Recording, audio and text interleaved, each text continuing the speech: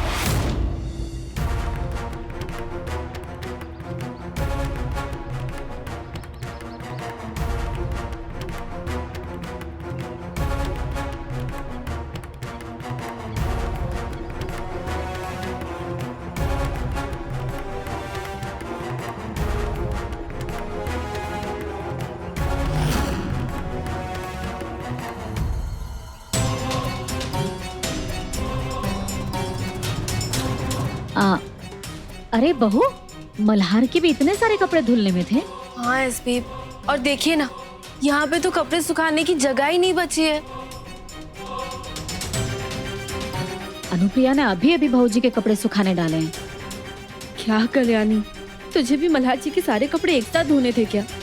अब अगर कल तक ये कपड़े सूखे नहीं और इस्त्री नहीं हुए ना, तो मल्हार जी फिर से चिड़चिड़ करेंगे। उन्हें तो बस बहाना चाहिए होता है ना, मुझ पे चिड़चिड़ करने का, गुस्सा करने का। एटम मॉम, तुम चिंता मत करो, मैं देखती हूँ अगर कोई और जगह मिलती है कपड़े सुखाने की। हाँ एसपी।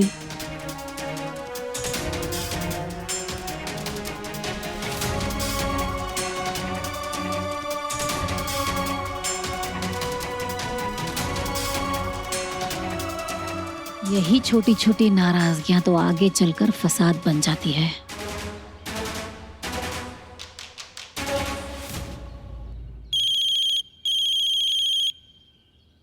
हेलो, हाँ मल्हार जी। आज भी तुमने बाहर का खाना खाया? कुछ नहीं खाया बाहर।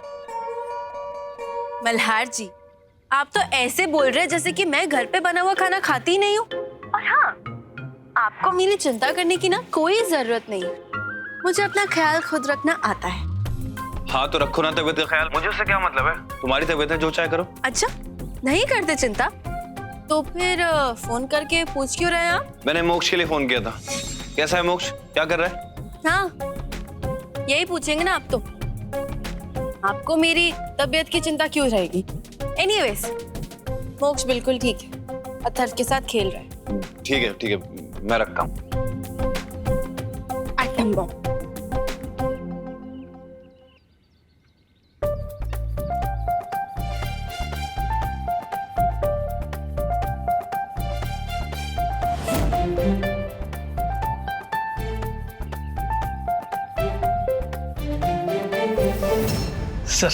सर भला हो कल्याणी मैडम का। सर क्यों? वड़ा पाव वाले का पता चल गया सर। लेकिन इसमें कल्याणी का भला क्यों? उसने क्या किया है? कल्याणी मैडम ने अपने सोशल मीडिया पे पोस्ट किया था कि किसी को भी उस आदमी के बारे में पता चले तो सीधा औरंगाबाद पुलिस स्टेशन से संपर्क करें। और सर खुशी की बात यह है कि अभी एक कॉल आया था सर, और वो आदमी बता रहा था कि वो उस आदमी के घर के बारे में जानता है।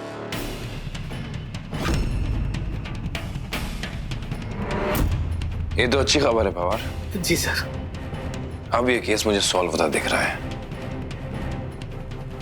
अगर वो आदमी वड़ा पाव वाले को जानता है तो हम उससे ये भी पता लगा सकते हैं कि उस रात, मेरा मतलब है 26 जुलाई की रात को जिस आदमी की मौत हुई थी, वो आखिर आदमी था कौन?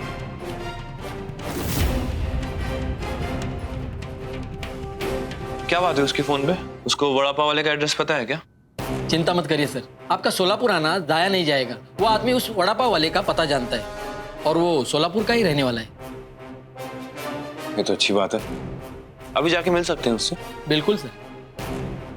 सर कल्याणी मैडम भी कमाल की है ना सर वो नेट पर यदि उस आदमी का पोस्ट नहीं डालती तो हम उस आदमी तक पहुंच ही नहीं पाते सर। हाँ सर, कमाल है सर। हो गया या और तारीफ करनी है कुछ? नहीं सर, चलें फिर? Yes sir. चलें।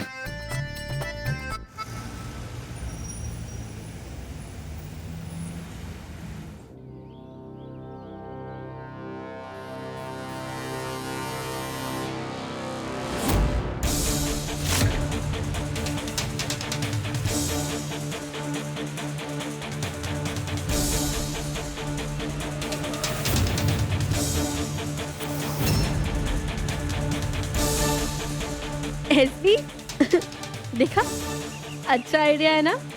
देखा, मुझे काका के कपड़े भी नहीं हटाने पड़े और मल्हार जी के कपड़े भी सुखा दिए मैंने।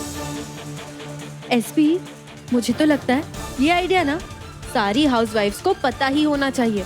अरे उनके लिए ये सब कितना इजी हो जाएगा ना। हाँ, मैं एक काम करती हूँ, मैं इसका वीडियो बना के ना सोशल मीडिया पे डालती हूँ, सब लोग देख लेंगे। कितनी स्मार्ट हूँ मैं।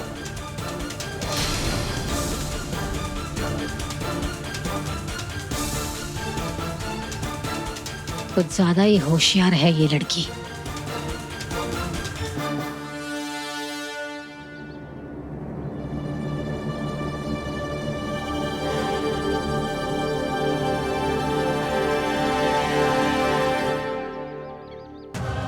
आई जस्ट होप कि इंस्टा पे जो मैंने वड़ा पाव वाले का पोस्ट डाला है उससे वो ढूंढा जाए।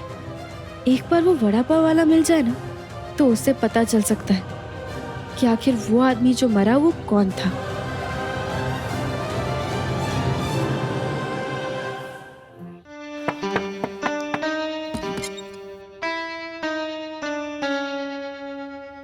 विठल जी, आप ही है ना? जी भैया। मैं ACP Malhar Rane, Aurangabad police station. आप ही ने कॉल किया था ना? जी। देखिए, आपके कॉल की वजह से हम केस के काफी करीब पहुंच गए हैं। क्या जानते हैं आप इस वड़ा पाव वाले के बारे में? उसे तो मैं बहुत अच्छी तरह से जानता हूँ। उसका नाम विनोद है। विनोद? और मेरी दुकान के पास ही एक घर में रहता है। पहले तो रोज दिखाई दे जाता था, लेकिन अब कुछ दिन से तो जुलाई से तो नजर ही नहीं आ रहा। जुलाई से? 26 जुलाई? अब इतना तो मुझे याद नहीं है ढंग से। 26-27 के बाद नजर नहीं आया। आपने उसके बाद उसको कभी नहीं देखा क्या? नहीं, देखा तो नहीं है। कल रात जब मैं दुकान से लौट रहा था तो उसके घर के नीचे कोई खड़ा था। मैंने सोचा वो ही होगा, तो मैं उससे पूछता कि भाई इतने दिन कहाँ रहा, लेकिन उससे पहले ही वो चला गया। आपकी दुकान के पास है ना उसका घर? उसके घर के पास ले जा सकते हैं हमें? हाँ, क्यों नहीं। चलिए। पैर ऊपर करो। अरे यार, आपके झाड़ू लगाने से कौन सा मेरा पेट भरेगा? जल्दी कीजिए। परमेश्वरा। परमेश्वरा, जल्दी कीजिए। अरे थोड़ा सब्र करना, काबू रखना सीख जरा अपने भूख पर। एक तो अनुप्रिया जब से ससुराल गई है घर की सफाई नहीं हुई है ढंग से। अब ये पल्लवी भी नल का बहाना बनाकर पता नहीं कहाँ गई है महारानी और कब लौटेगी। आई गो देवा।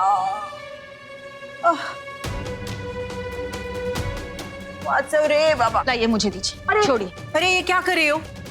अब तुम्हारी शादी हो गई है, हम तुम्हें काम नहीं करने देंगे। अरे हुसैन, जबरदस्ती शादी हुई है इसका मतलब ये नहीं कि आप जबरदस्ती मुझे मेरे घर का काम करने से भी रोकेंगी।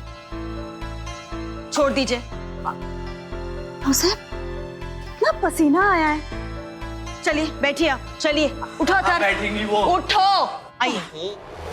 अरे नहीं, हम कर लेंगे, बस बैठिए बैठिए। परमेश्वरा, देखा? भूख लगी। हाँ हाँ, शांत रहो अथर। अवसर, ये सब मैं कर दूंगी। आप सिर्फ अथर के लिए ना दूध बाहर निकाल के रखिए, मैं उबाल के दे दूंगी इसे। हाँ अथर, 5 मिनट। हाँ, ये काम खत्म होने के बाद मैं तुम्हें दूध दे दूं, ठीक है?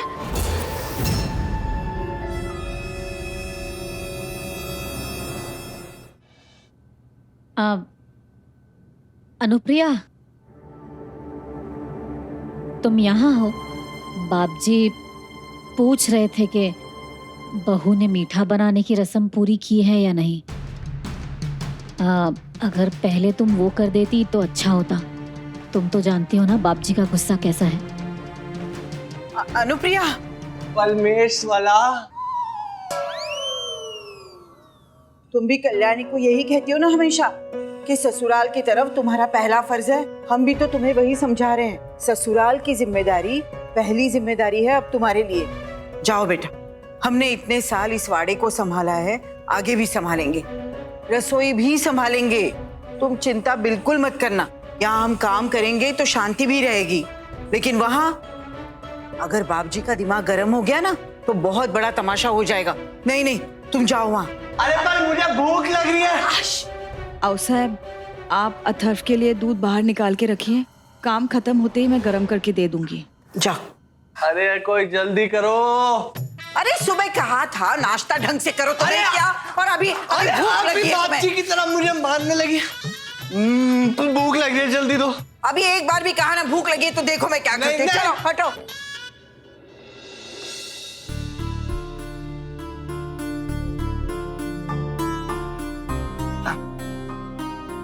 वो मैंने बासुंदी बना के रखी है, दोपहर के खाने के वक्त सबको दे दीजिए। मैं जानती हूँ अनुप्रिया, ये तुम्हारे लिए आसान नहीं है। ना चाहते हुए भी तुम्हारी शादी हुई और ऊपर से घर की सारी जिम्मेदारियां भी तुम निभा रही हो।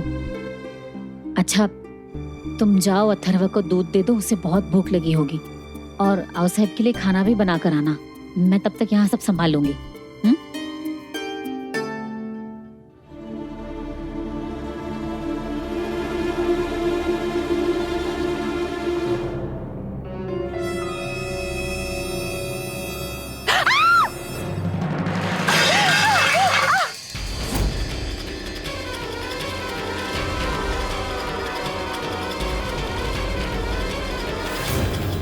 क्या हुआ? क्यों चिल्लाए? हाँ? अरे हाथ चल गया। हे परमेश्वरा, देखो क्या हुआ। देखो ये दूध, आई दिखाओ, ये हाथ कैसे चला तुम्हारा? लेकिन ये भगोना गरम कैसे हुआ? हमने तो गैस पर चढ़ाया ही नहीं था।